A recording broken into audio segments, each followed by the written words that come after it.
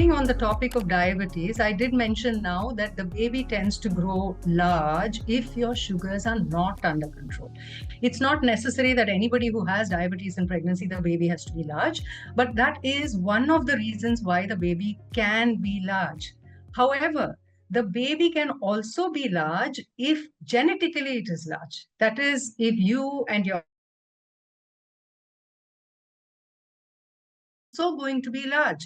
On the other hand, I have a question here where someone is asking me how to make sure that my baby gains weight. Do not think that large babies are always healthy. It is not got to do a direct connection between the baby's weight and the health of the baby. The baby has a pre-programmed size. The weight on an average will be anything between 2.5 to 3.5 for our Indian standards.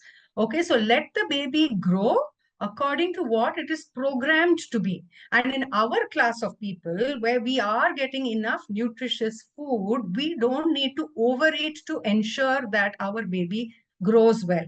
If we are taking the adequate nutrients, enough amount of proteins, and we are gaining how much weight we are supposed to gain during the pregnancy, your baby will grow well as long as there is no other pathological problem which is there in the pregnancy. And that we are here to monitor the growth of the baby. So please do not overeat to ensure that your baby grows well, and what you all are eating also to burn off the calories. Enough exercise is what is recommended. How many liters of water to be consumed? We ideally say 3 liters, but saying it is very easy.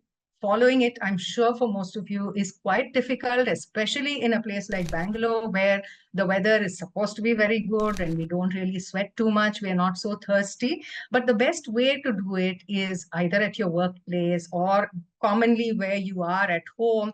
Just keep a 1 liter bottle. And as you're going, coming in between every half an hour, just take 1 or 2 gulps, so that you're not really consciously thinking, is it 1 liter? Is it 2 liters? Is it 3 liters? But enough adequate hydration is required, not only in the pregnancy, but also postpartum, after the delivery, because a huge percentage, almost 90% of the breast milk is water. So if you all are not drinking enough water after the delivery, the breast milk does tend to come down. Even if that doesn't, then you all will feel very, very dehydrated.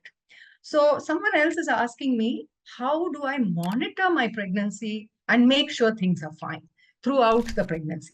Of course, in the first 3 months, we are going to see you all much more frequently. More visits will be there. And like I already said, in the first 3 months, the only way to, show you the baby and reassure ourselves also is by means of ultrasound. After the 5th month, you all are going to start feeling the baby's movements, because of which you obviously will be reassured. But when we come to high-risk pregnancies, which I already spoke about, how do we monitor your baby on a regular basis? At the same time, decrease the number of times that you need to come to the hospital. So we have this monitor, and let us listen to one of our patients who used it, who had a high risk, and let's listen to her experience when she used that.